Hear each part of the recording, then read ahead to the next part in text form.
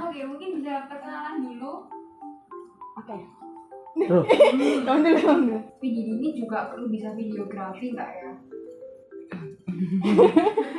Pas hari H malamnya itu kan benar-benar yang gelap banget. Kita benar-benar gelap banget, terus udah kayak lampunya mati ada, lampu ya? iya, lampunya satunya putus lagi. Itu benar-benar kayak oh wow gini ya. Kayak gini kan tadi kan katanya Aku jadi contoh ya. Parah, oke. Gak apa-apa. SciPad proudly present.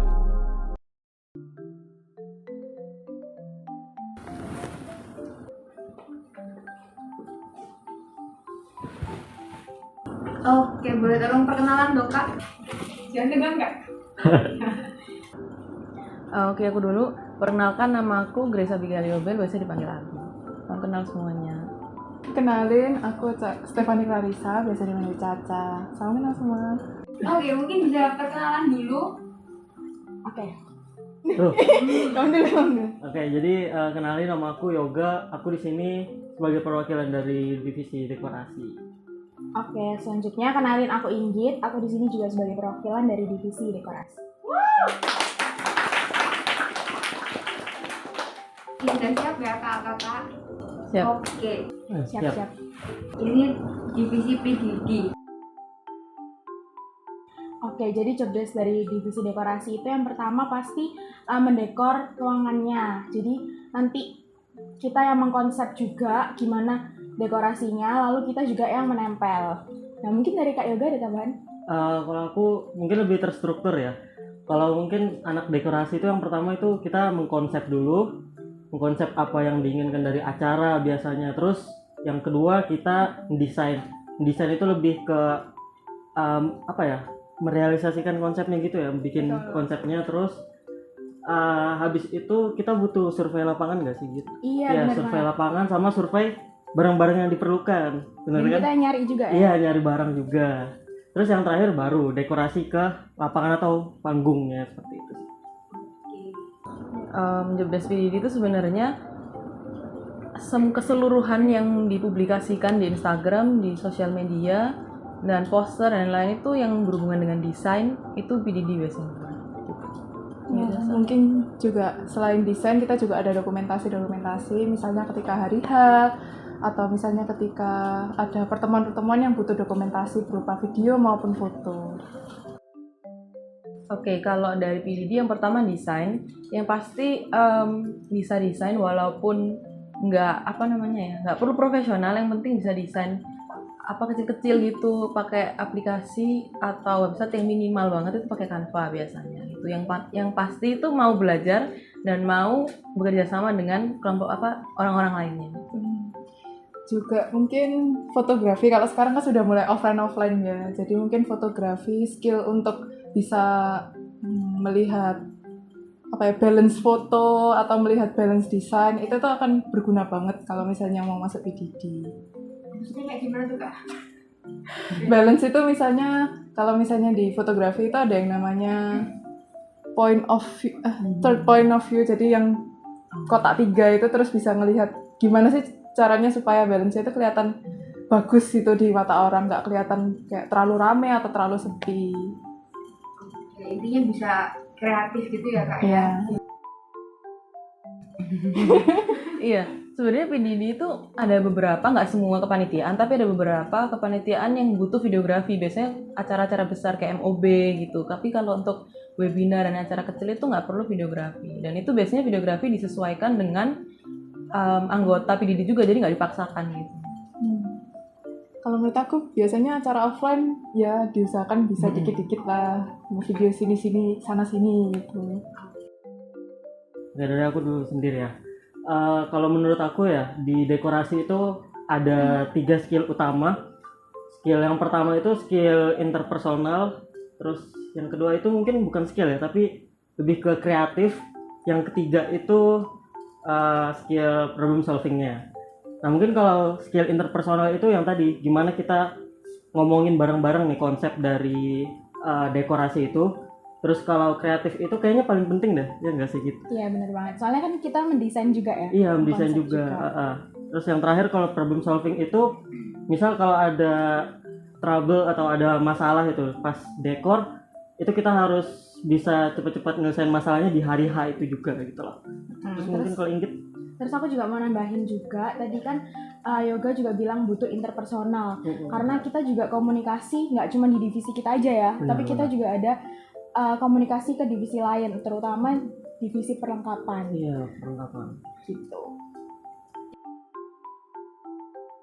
Nah, tadi yang udah aku jelasin, kita itu biasanya koordinasi sama divisi perlengkapan karena perlengkapan itu yang juga ikut bantu kita buat nempel-nempel, terus dia juga yang menyediakan alat-alat yang buat kita untuk menempel gitu ya. Barang-barang yang Iya, diperlukan. barang-barang yang diperlukan. Terus habis itu selain ada perlengkapan, terus ada apa lagi sih, Yok?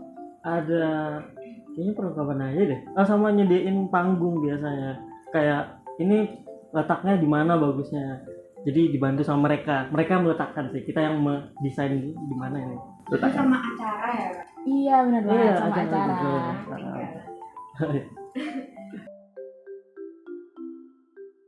Kalau dari desain sendiri, dukanya yang pertama kali tuh biasanya revisinya mendadak. Sering H-1, bahkan H- berapa jam sebelum acara itu ada revisi. Dan sering juga kadang udah di ACC nih, terus ternyata ada lagi yang diubah.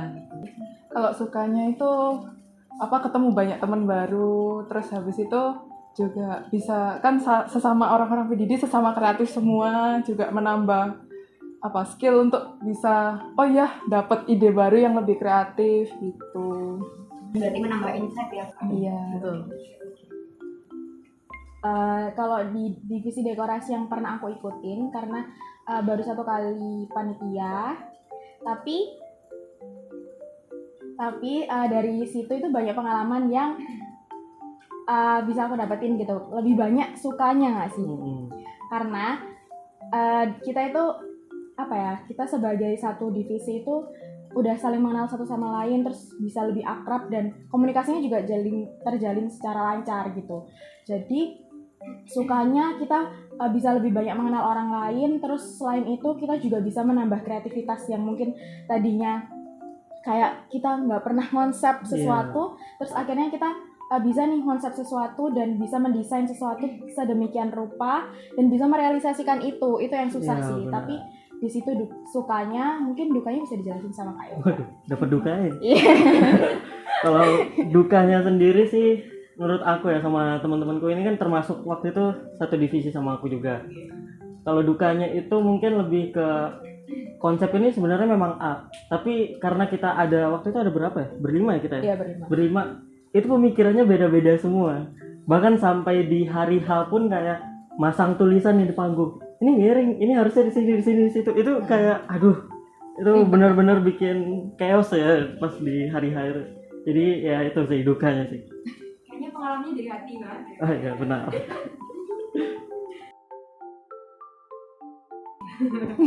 Oke, kalau dari aku pengalaman unik itu pertama kali suruh desain baju.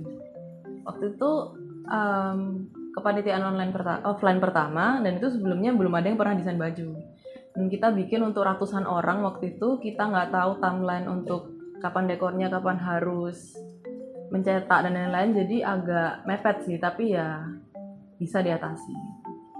Pengalaman unik pertama ya dokumentasi offline pertama kali.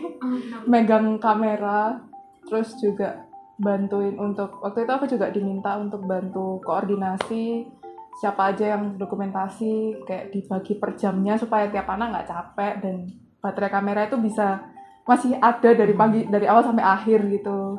Itu bener-bener kayak wow gini ya. Luar biasa. Untuk aku sendiri, desain itu kan setiap kali kita ikut kepanitiaan, desain itu harus beda dari yang sebelumnya dan harus lebih ada improve gitu lah. Dan itu mungkin yang agak susah karena kan idenya harus ada baru lagi, harus ada referensi baru lagi, itu sih susahnya di situ. Aku cukup setuju sih sama itu.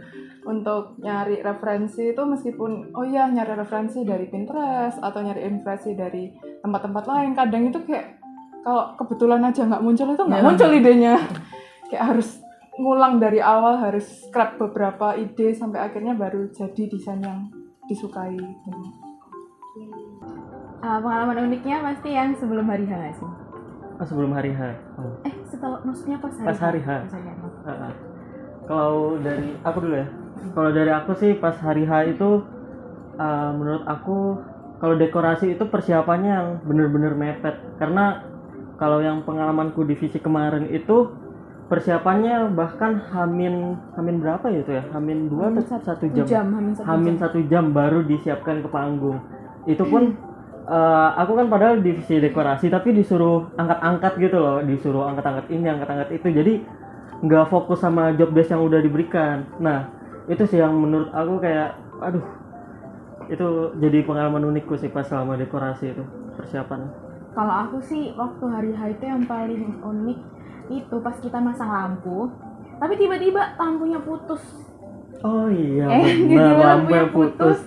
Terus habis itu pas hari H malamnya itu kan benar-benar yang gelap banget. Kita benar-benar gelap banget. Terus udah kayak mati lampunya lampu ya? iya, lampunya satunya putus lagi.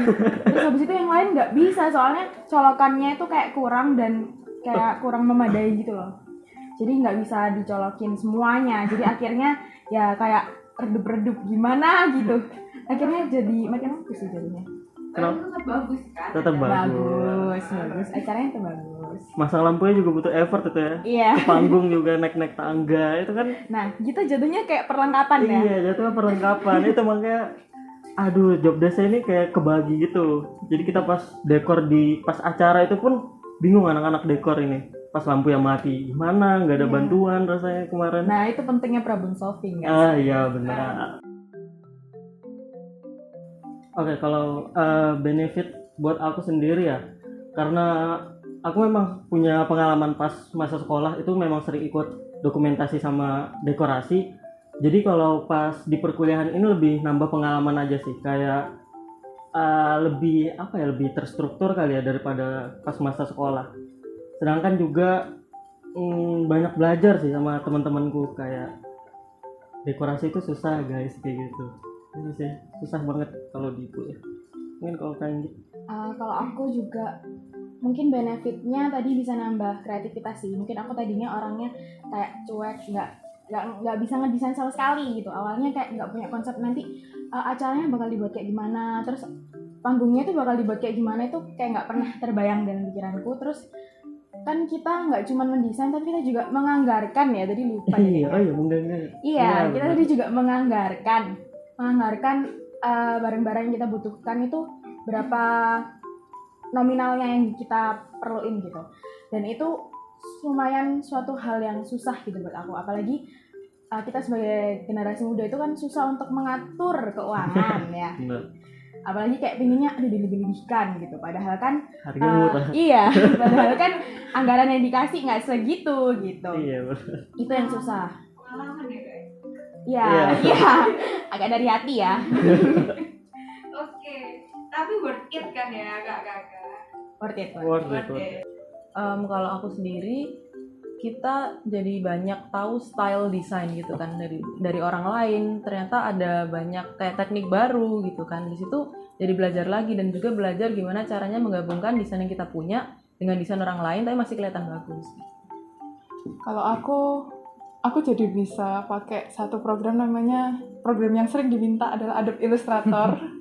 Itu dulunya aku bener-bener nggak bisa, aku cuma bisa pakai Canva. Terus ketemu Adobe Illustrator itu langsung kayak lama-lama akhirnya bisa gitu. Jadi nambah ilmu ya berarti. Iya. Oke, tips yang pertama yang pasti mau belajar aja gitu, karena dulu aku awal masuk juga nggak pandai-pandai banget untuk desain dan lain-lain, dan mau bekerja sama, mau menerima masukan seperti itu. Dan yang penting itu cari referensi harus banyak. Dan kalau misalnya ada sesuatu yang kurang atau apa, bisa didiskusikan dengan teman-teman lainnya. Ya, kalau menurut aku tipsnya ya sering-sering diskusi sama teman-temannya. Misalnya kalau lagi benar-benar nggak ada ide buat bikin desain sesuatu, mungkin bisa kayak minta tolong sama temen gitu untuk nambah insight baru, kira-kira apa sih yang bisa ditambahkan, apa sih yang bisa dikurangi gitu. Oke, kalau mau sukses di divisi ini tuh yang pertama butuh komunikasi yang baik, maksudnya butuh komunikasi yang lancar. Jadi perlu nggak bisa semuanya dilakuin sendirian gitu. Jadi yang namanya suatu divisi pasti butuh kerjasama dari semua anggotanya. Selain itu tadi kan udah dibilang juga kalau misalnya kita berhubungan dengan divisi lain, artinya komunikasi di situ diperlukan. Kalau enggak, ya nggak akan bisa jalan divisi dekorasi. Soalnya pasti butuh bantuan dari teman-teman divisi makeup dan divisi lainnya. Oke, kalau dari aku sendiri ya mungkin apalagi teman-teman yang pengen yang baru dan belum punya pengalaman pengen masuk ke divisi dekorasi, kayaknya cuma perlu 2 deh. Yaitu yang pertama itu pengen belajar, yang kedua itu tekun. Karena sesuai pengalamanku juga ya, teman-temanku juga nggak semuanya bisa dekorasi. Jadi yang penting mereka pengen belajar aja. Kayak gini kan tadi kan katanya. Aku jadi contoh ya. Parah, oke. Jadi ya kayak Inggit gini kan pengen belajar juga kayak Ya, gitu. Jadi yang pertama tadi pengen belajar, terus yang kedua tekun. Nah, biar bagaimanapun kalian itu kreatifnya gimana pun, tapi kalau misalnya kalian gak tekun itu susah sih. Misal kalian itu udah ada konsep di otak kalian, tapi kalian itu nggak bisa merealisasikan konsepnya, itu susah nggak sih? Iya kan? Jadi kayak menurut aku itu tadi pengen belajar sama tekun aja kalau mau ikut divisi ini, udah sih. Oke, itu aja Kak. Thank you Kakak. Thank you, thank you. Aku semuanya. Oke, bye-bye. Bye-bye. SciPac proudly present